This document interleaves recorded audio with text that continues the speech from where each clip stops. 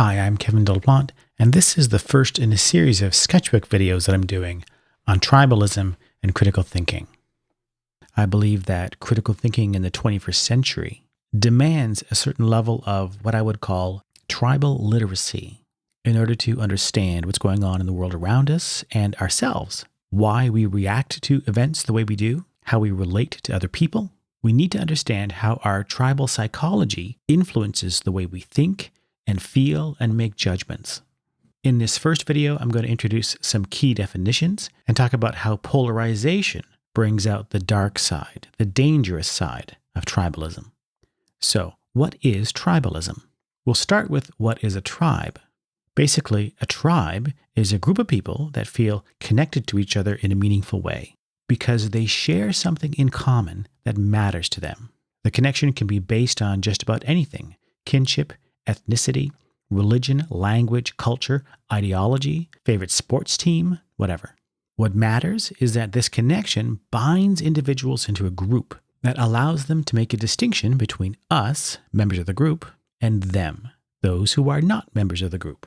Now, when we talk about tribalism, what we're really talking about is a pattern of attitudes and behaviors that human beings tend to adopt when we come to identify with our tribes.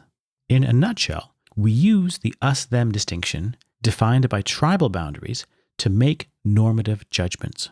We're good, they're bad. We're right, they're wrong. We're worthy, they're unworthy. We're rational, they're irrational. Our beliefs are true, their beliefs are false.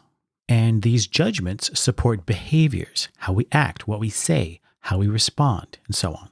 In other words, our moral psychology is very groupish. It follows the contours of our group affiliations.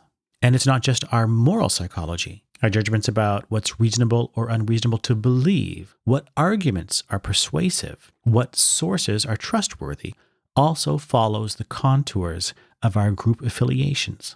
These are judgments about the character of our beliefs and our knowledge, what philosophers call epistemological judgments.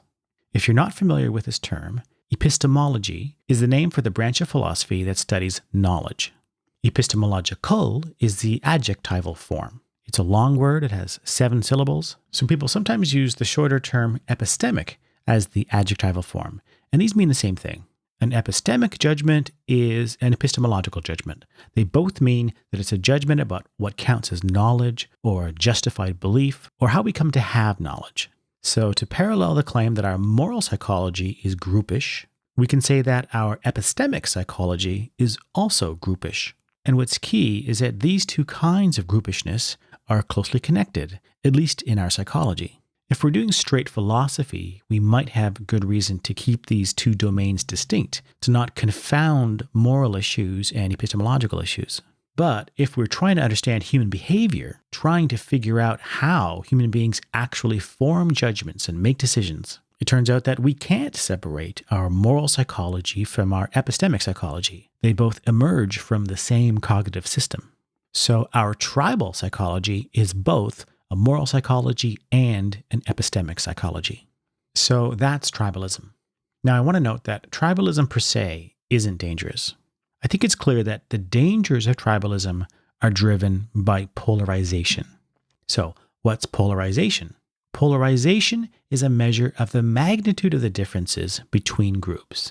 These differences can be almost anything: physical traits, psychological traits, social traits, attitudes, and behaviors. Polarization measures how large or strong those differences are. I'm interested in polarization as it relates to how we make moral judgments and how we make epistemic judgments. And in that case, perceived differences can be just as important as actual differences. Two groups may actually be more similar than they think, but if they perceive each other as more different, that can be enough to drive the attitudes and behaviors that characterize tribalism. Now, there's an obvious dark side to polarization. It's not hard to see how increasing polarization in our tribal psychology can lead to serious social and political problems and a distorted perception of the world. Here are two groups that are intermixed. They live and work together. I've drawn one as lighter green and the other as darker green. Let's assume that they disagree on some fundamental principles. They could be liberals and conservatives, Protestants and Catholics, vegetarians and non-vegetarians. It doesn't really matter. What matters is the character of the disagreement, how disagreement is interpreted and managed. On the right, I've got a polarization meter. It indicates how polarized these groups are. If it's in the green, as it is here, that's a lower level of polarization. With lower levels of polarization, all other things being equal, there's more tolerance for disagreement. We recognize that in spite of our differences, there's still a great deal of common ground between us. And we can use that common ground as a basis for constructing a social space where we can live and work together peacefully. Our differences don't prevent us from being respectful and even friendly to one another. I see you as holding different views from me on some issues, and I may disagree with your reasons, but I never question your capacity to reason or your entitlement to be treated like a human being worthy of respect and dignity.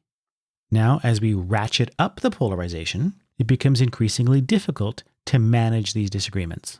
With increasing polarization, we end up disagreeing on more things, and we disagree more strongly. We care more about the issues on which we disagree, and it becomes harder to accept disagreement as something we should just expect among reasonable people. It becomes harder for me to accept that your disagreement isn't a sign of a deeper flaw in your moral character or a deeper flaw in your capacity to see reality for what it is.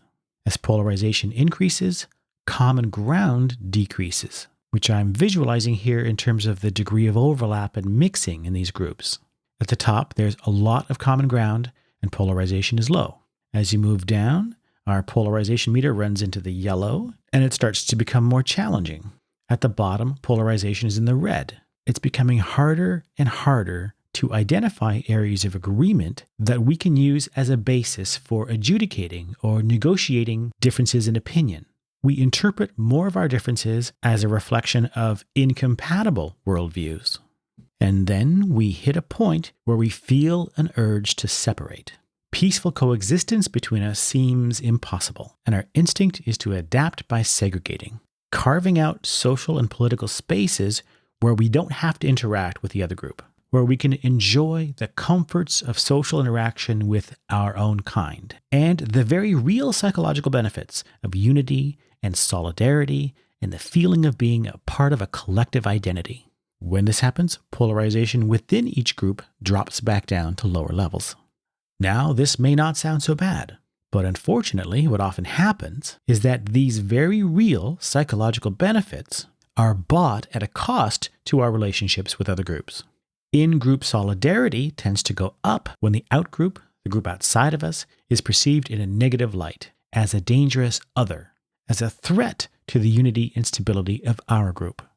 That threat is experienced as a kind of social pressure from the outside, and that pressure gets converted into social capital on the inside, our capacity to organize ourselves and engage in coordinated social action as a group for the benefit of the group, which can feel awesome and be very pleasant on the inside.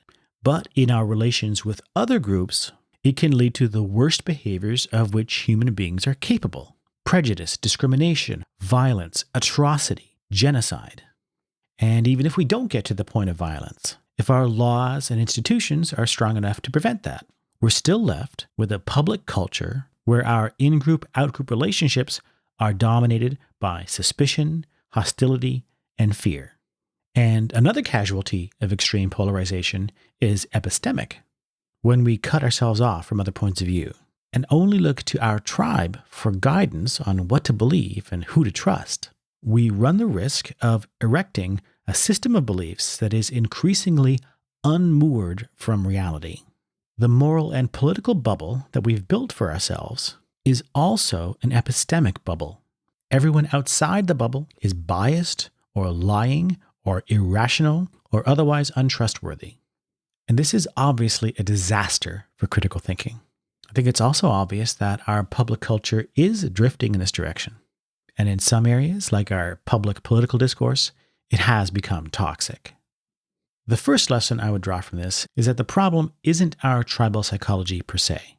Low to moderate levels of polarization can be very good for us. We get the benefits of community and belonging and group solidarity without the disruption and risks that come with higher levels of polarization.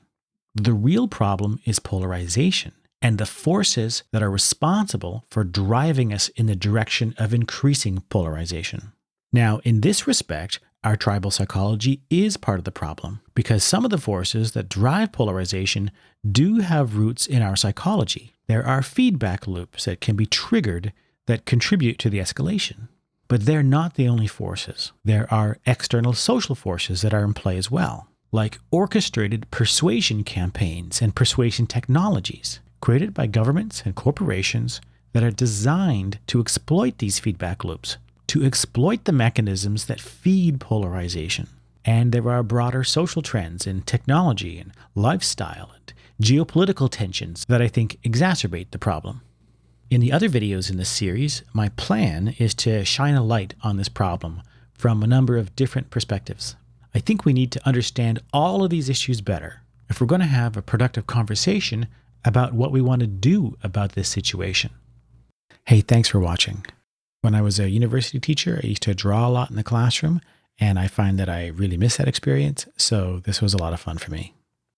If you would like to learn more about the research that informed this video, there's a link in the description below to a blog post over on kevindelaplante.com, so please check that out if you're interested. And finally, I'd like to thank my supporters over at Patreon. I wouldn't be able to do any of this without your support.